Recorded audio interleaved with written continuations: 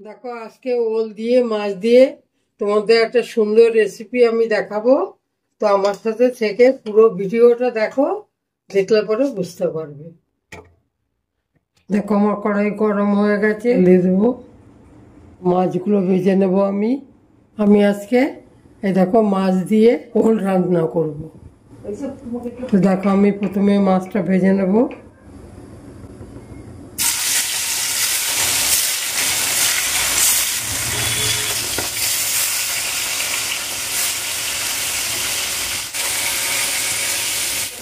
ভাজা হয়ে গেছে, তুলে নিচ্ছি মাছগুলো সব।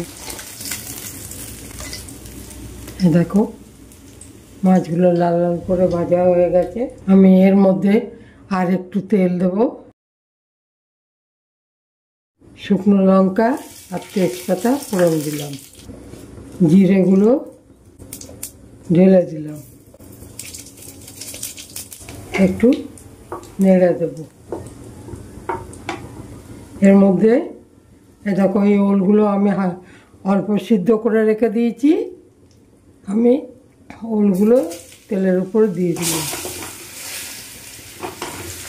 দিয়ে একটু নাড়াচাড়া করব।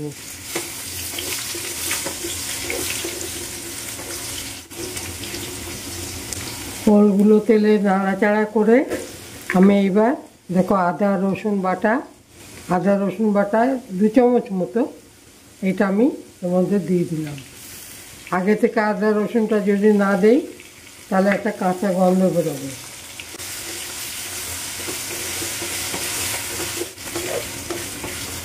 দেখো ভাজা ভাজা হয়ে এসছে। আমি এবার এর মধ্যে একটা টমেটো মিডিয়াম সাইজ এটা আমি এর মধ্যে দিয়ে দিলাম।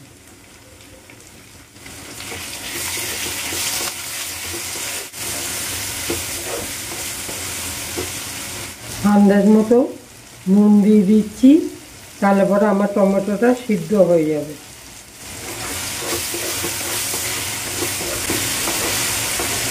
আমি ওলগুলো একটু ছোটো ছোটো করে কেটেছি যাতে তাড়াতাড়ি করে সিদ্ধ হয়, তোমরা এমনি করে কেটে নেবে। তো দেখো আমার আদা রসুন আর টমেটো ভাজা হয়ে গেছে, দেখো একদম মিশে গেছে। এর মধ্যে এবার আমি মশলা দেবো। দেখো মশলাটাকে আমি গুলে রেখে দিয়েছি, এর মধ্যে ধনে জিরে শুকনো লঙ্কা হলুদ আমি সব একসাথে মিশিয়ে এর মধ্যে ভিজিয়ে রেখে দিয়েছি। এবারে এটা আমি ঘুটে এর মধ্যে দিয়ে দিলাম।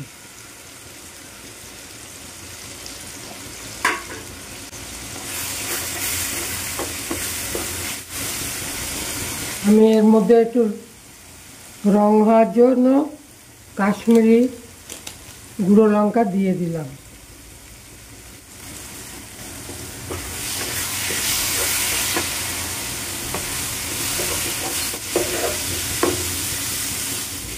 দেখো এর মধ্যে আমি এই সামান্য একটু মিষ্টি দিয়ে দিচ্ছি, সামান্য একটু মিষ্টি দিলে স্বাদটা ভালো আসবে।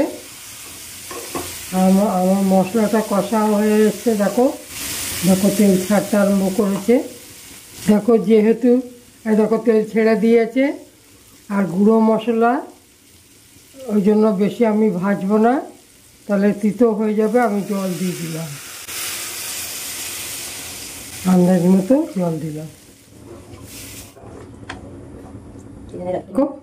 ঢাকা দিয়ে দিলাম, এই ঢাকা দিয়ে দিলাম। ফুটে উঠলে এর মধ্যে আমি মাছগুলো দেবো। আমি এবার মাছগুলো দিয়ে দেবো। দেখো মাছগুলো দিয়ে দিচ্ছি। ওল দিয়ে মাছ দিয়ে এভাবে ঝোল করলে পরে গামাকা টেস্টটা খুব সুন্দর হয়, খেতেও খুব ভালো লাগে। আমার ওলগুলো খুব সুন্দর দেখো সিদ্ধ হয়ে গেছে। আর একটু আমি ঢাকা দিয়ে ফুটাবো মাছগুলো সিদ্ধ হওয়া পর্যন্ত।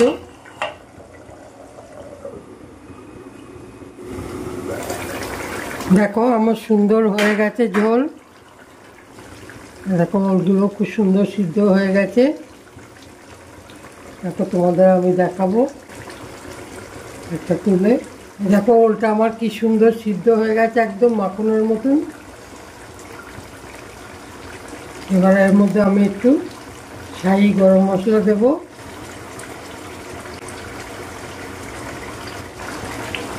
আর এর মধ্যে একটু ঘি দিয়ে দেব। তোমরা ইচ্ছা করলে এর মধ্যে ধনেপাতাও দিতে পারো, আমি ধনেপাতা দিলাম না, কারণ এর মধ্যে আমার ধনেপাতার গন্ধটা ভাল লাগে না। দেখো কি সুন্দর হয়ে গেছে আমার ঝোল।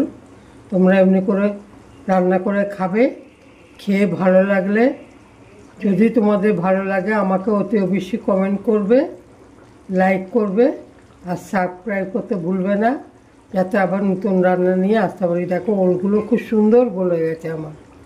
আমার রান্না কমপ্লিট পরিবেশন করবার জন্য।